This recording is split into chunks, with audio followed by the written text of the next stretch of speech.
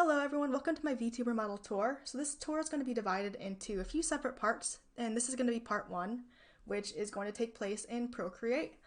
In Procreate, I do the bulk of my artwork for the model.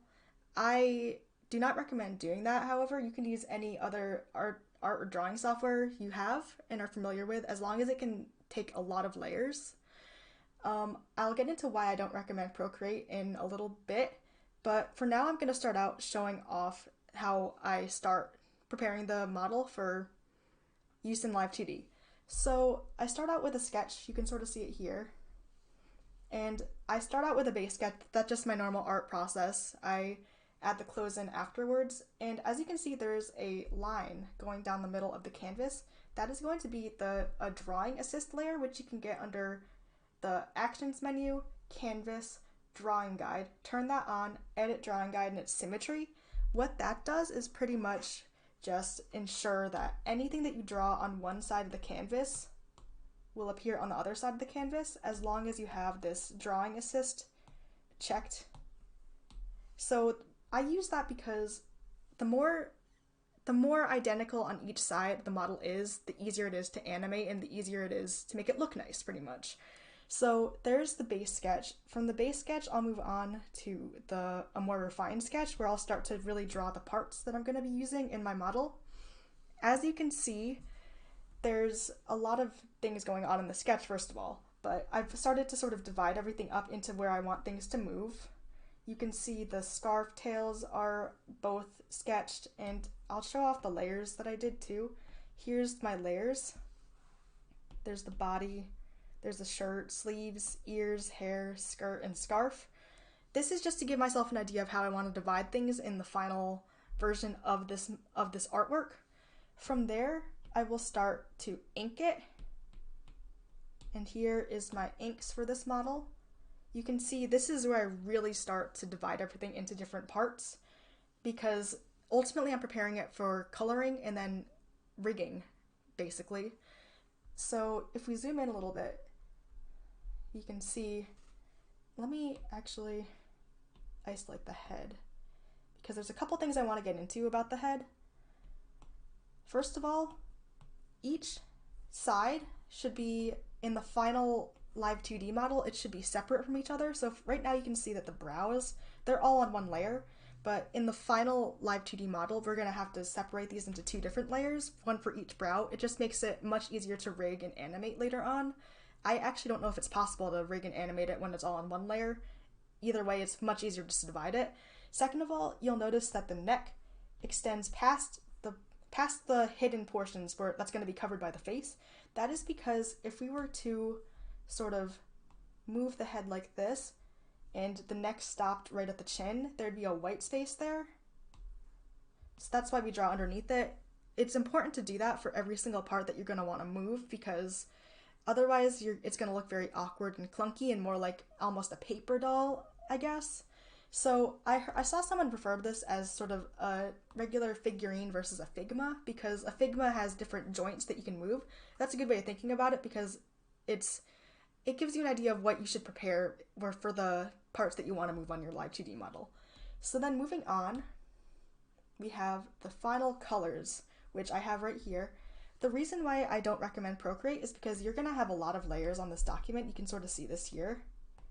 And Procreate very severely limits the amount of layers you can have on your art document. So this canvas is about, I think, 2,000 by 4,800 pixels. I could only have about 55 to 57 layers on this at any given point in time, and in the final document I easily have over 100. So that's why I suggest drawing in a different program, or at the very least having a spillover document where you can include the other layers that don't fit on the first one. And also, the thing about Procreate is that you have to factor in, you're going to have to transfer this document over to your computer or your laptop for use in live2d, because there's no version of the program for iPad or iOS.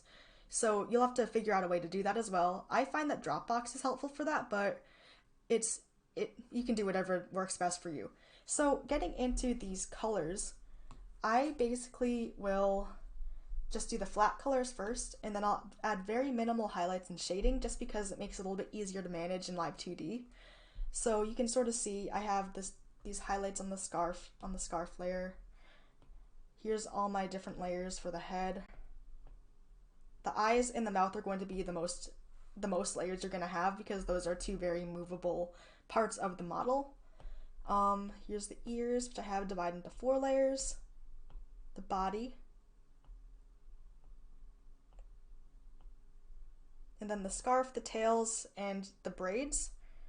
So I actually ended up revamping this model a couple of times. I added some features to experiment with. There's actually going to be some sample models you can find on the live2d website where you can take them apart and see how they've been assembled and just sort of mess around with the program with them. I highly suggest using them because otherwise you will not know what you're doing when you're first using the program like I did. So moving on, that's the final colors. Again, keep the shading pretty simple for the most part when you're just starting out, unless you're pretty confident in your skills in animation and rigging. And then finally, this part is optional for now. I recommend doing it later, but it's optional for now. Here I will save my model as a PNG, so it's only 1 layer, and this is going to be the guides. The guides are for use when you're animating your model later on. It just sort of gives you an idea of how you want to warp each feature so that it looks consistent. At least that's what I use it for. So if you can see this, I usually start with up and down, and I use that symmetry layer as well. So here's the up layer. You can see this is how I'm going to prepare to warp the features to make it look like she's looking up like this versus looking down like this. And then there's also like to the left and the right. There's the right. Or actually, no, that would be this way because I have it opposite. Then to the left, bottom left, top right, top left, and bottom right. And just doing this, it really helps me visualize how I want each feature to look because otherwise I'm just sort of going blind and I get caught up in the moment and it doesn't look very consistent. Because consistency is key when you are animating, rigging these models because you want it to look natural and realistic. And if the top and the down were just like the eyes were in different positions, the nose is in a different position, it just wouldn't look very clean. So yeah, that is basically part 1 of this tutorial, and I'll see you guys in part 2.